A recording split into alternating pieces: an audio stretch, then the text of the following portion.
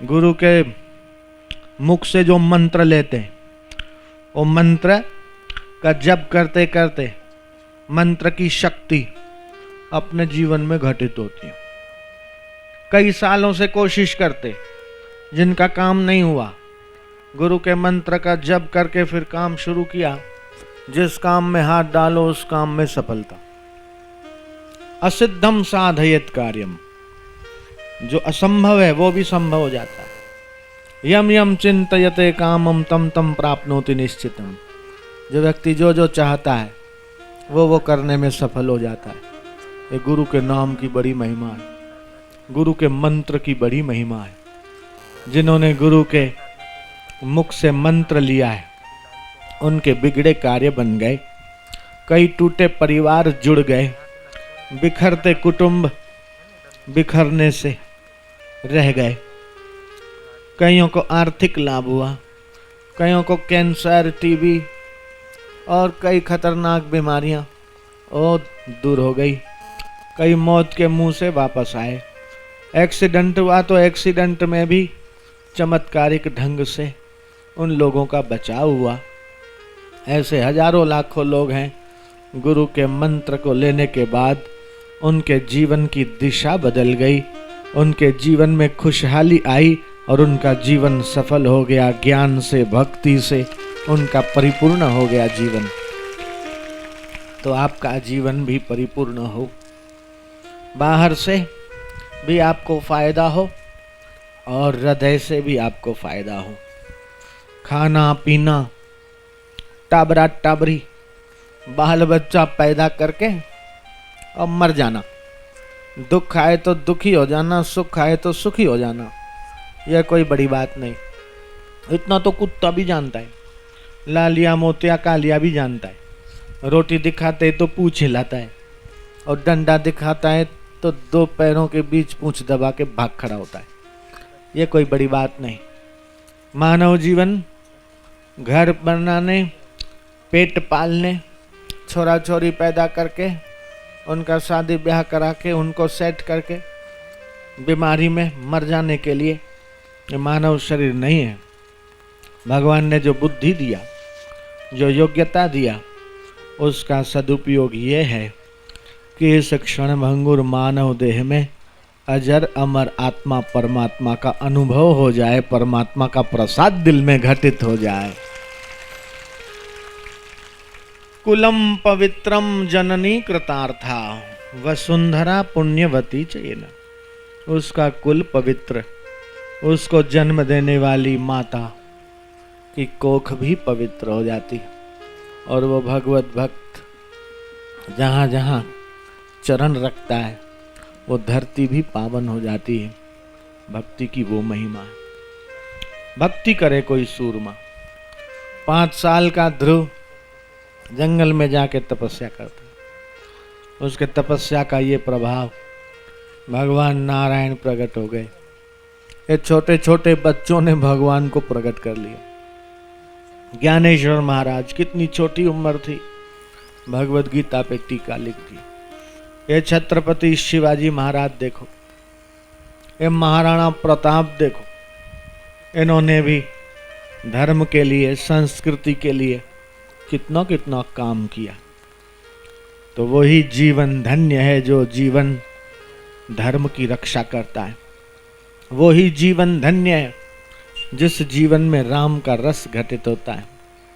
वही श्वास धन्य है जो इन श्वासों के साथ साथ भगवान के नाम का सुमिरन करता है। एक एक श्वास हमारा कीमती है। विदेश में गया हुआ मित्र वापस आ सकता है। धंधे में, बिजनेस में खोट आ गई, लेकिन अच्छा करेंगे तो फिर वो खोट भर सकती। भंडारे में या घर में भोजन बनाया और खूट गया, और फिर से बनाएंगे तो वो खूटा हुआ भोजन भी फिर बनाने से बन जाएगा। कपड़ा फट गया, सी देने से सिल जाएगा या दूसरा बनवा के पहन लेने से हो जाएगा। लेकिन गया हुआ समय, बीता हुआ समय, सरका हुआ समय, हाथ से गया हुआ समय लाख कोशिश करो लेकिन फिर नहीं आता।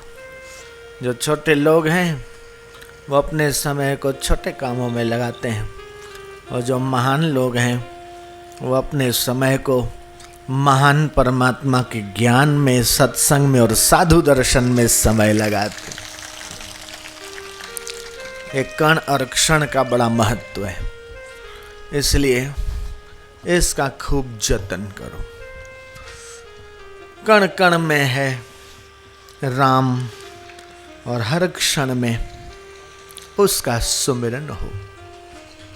तो भक्त साधक प्रार्थना करते हैं कि हे भगवान, हे गुरु महाराज, मन में नाम तेरा रहे, हमारे मन में तेरा नाम रहे और मुख में रहे सुगीत। कभी एकादशी आई, जो एकादशी के दिन चावल खाता है, शास्त्र बोलते एक एक चावल खाने से एक एक कीड़ा खाने का उसे पाप लगता है। एकादशी के दिन चावल नहीं खाना। हो सके तो एकादशी के दिन उपवास करना। गाड़ी मोटर को गैरेज में छोड़ आते सर्विस कराने के लिए, तो गाड़ी ऑयल ये वो होके ठीक हो जाती। ऐसे ही अपने शरीर की भी सर्विस होनी चाहिए। महीने में 1-2 उपवास होने से शरीर अच्छा रहता है और एकादशी का पुण्य मिलता है। भूखे तो कई लोग रहते हैं, लेकिन एकादशी के दिन धर्म की दृष्टि से फलाहार अथवा जल पे अथवा दूध पे अथवा अन्न रहित साल में 1-8 बार निर्जला एकादशी करने से धर्म होता है, पुण्य होता है, शरीर स्वस्थ रहता है। तो हमारे गुरुजी क्या चाहते हैं? हमारे गुरुजी चाहते हैं सबका मन प्रसन्न रहे। अनुकूल परिस्थिति, प्रतिकूल परिस्थिति सबके जीवन में आती है। सेठ के जीवन में भी, गरीब के जीवन में भी, रंक के जीवन में, राजा के जीवन में, पढ़े लिखे के जीवन में, अनपढ़ के जीवन में, किसान के जीवन में, तो नेता के जीवन में, सबके जीवन में कभी अच्छी कभी बुरी ये परिस्थितियां आती रहती है, जाती रहती है। लेकिन जिसके पास सद्गुरु का ज्ञान है वो हर परिस्थिति में भगवान की कृपा का दर्शन करता है कि जो तू भेजे वाह वाह। मुसलमान संत हो गई जिसका नाम था रबिया। उसके जीवन में बहुत दुख, लेकिन कभी उसने फरियाद नहीं की।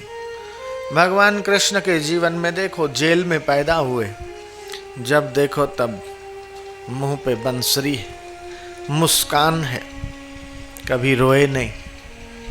भगवान राम देखो, 14 साल का वनवास है। राम जी का राज्याभिषेक हो रहा था, राज्याभिषेक हुआ, दूसरे दिन राम वनवास। कई और मंथरा के संग से कई की बुद्धि खराब हुई और राम वनवास का षड्यंत्र हुआ। और दशरथ राजा भी क्या करें, वचन दिया था। लेकिन भगवान राम का चरित्र देखो, उनका जीवन देखो, वे अभिनंदनीय राम, वे वंदनीय राम, वे प्रभु राम। 14 साल तक जंगलों में घूमे, वनवास सहा, लेकिन कभी फरियाद नहीं की। और जिस मंथरा ने वनवास देने का मुख्य भूमिका निभाई थी, उस मंथरा को भी भगवान राम ने वो गति दी जो गति माँ कौशल्या को दी। कोई तुमसे अच्छा करे तुम उससे अच्छा करो, कोई तुमसे टेढ़ा चले तो भी तुम उसके मंगल की सोचो कि उसका भला हो, कल्याण हो। तुम्हारा हृदय तुम भला करोगे तो घूम फिर कर तुम्हारा तो भला होगा ही होगा, और वो तुमसे अति करता है तो उसको अपने आप भगवान ठीक करेगा। तुम तो प्राणी मात्र का मंगल सोचो, भला सोचो, कर ले भलाई जगत में तेरा भला हो जाएगा। इसलिए निंदा से, द्वेष से, ईर्ष्या से अपने हृदय की रक्षा करें। हे प्रभु आनंद दाता, ज्ञान हमको दीजिए, शीघ्र सारे दुर्गुणों से दूर हमको कीजिए। निंदा किसी की हम किसी से भूल कर भी ना करें, ईर्ष्या किसी की हम किसी से भूल कर भी ना करें। सत्य बोलें, झूठ त्यागें, मेल आपस में करें।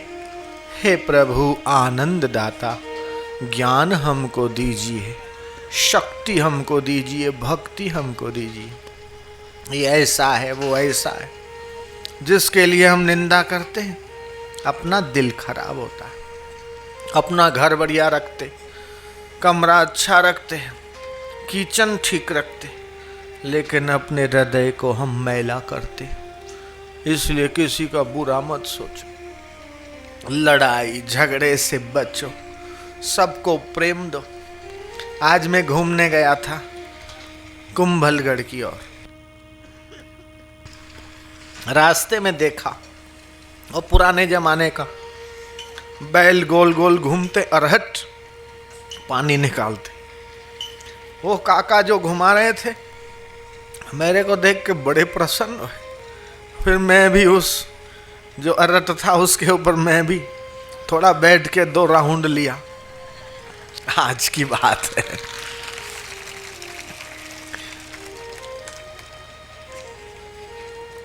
इको फ्रेंडली, न बिजली की जरूरत, न मोटर का झंझट, न पावर कट हुआ उसका कोई टेंशन। यह मेरे को पुराने पुरखों की जो सिस्टम है वो बहुत अच्छी लगी।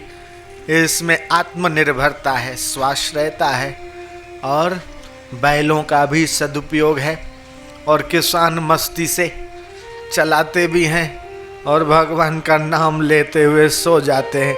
ऐसी सिस्टम और ऐसी भारत में पुराने ज़माने की प्रक्रियाएं बंद नहीं होनी चाहिए। जब से ट्रैक्टर आए ये हुआ ठीक है, लेकिन जो बाप दादाओं का पुरखों का जो चलाया हुआ परंपरा है उसका भी हमें निर्वहन करना चाहिए। बहुत बढ़िया।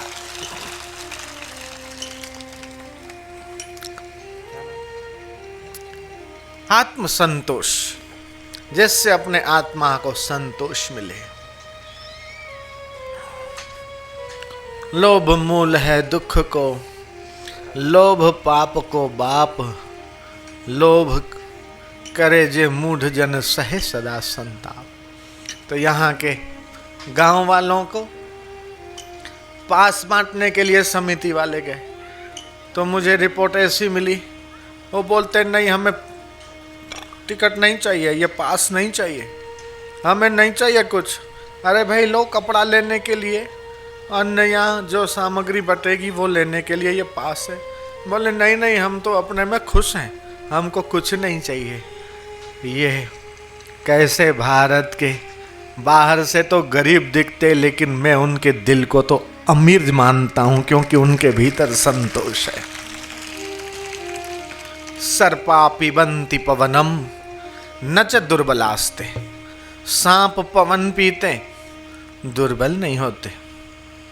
शुष्क तृणैर्वन गजा बलिनो भवंती, ये हाथी लोग सूखे तिनके घास फूस खाते और बलवान होते। कंदैर फैलैर मुनिवरा क्षपयंती कालम, ये मुनिजन ये साधु लोग कंद मूल फल आदि खाके वर्षों वर्षों तक तपस्या में रत रहते। संतोष एव पुरुषस्य परम निधानम, ऐसे अपने जीवन में संतोष होना चाहिए। तो भगवान का भजन, भगवान का नाम खूब प्रीति पूर्वक, भगवान कृष्ण गीता में कहते भजताम प्रीति पूर्वकम, हे अर्जुन जो मेरा प्रीति पूर्वक भजन करता है और दृढ़ता से, भजन्ते माम दृढ़व्रता, की दृढ़ता से करें। 2 रुपए के अखबार ने कुछ लिख दिया और श्रद्धा डगमगा गई, किसी ने कुछ दिखा दिया और श्रद्धा डगमगा गई तो तुम्हारी श्रद्धा की कीमत ₹2। श्रद्धा की कीमत मंथली 250 250 रुपये रेंटल। नहीं नहीं, श्रद्धा कैसी हो?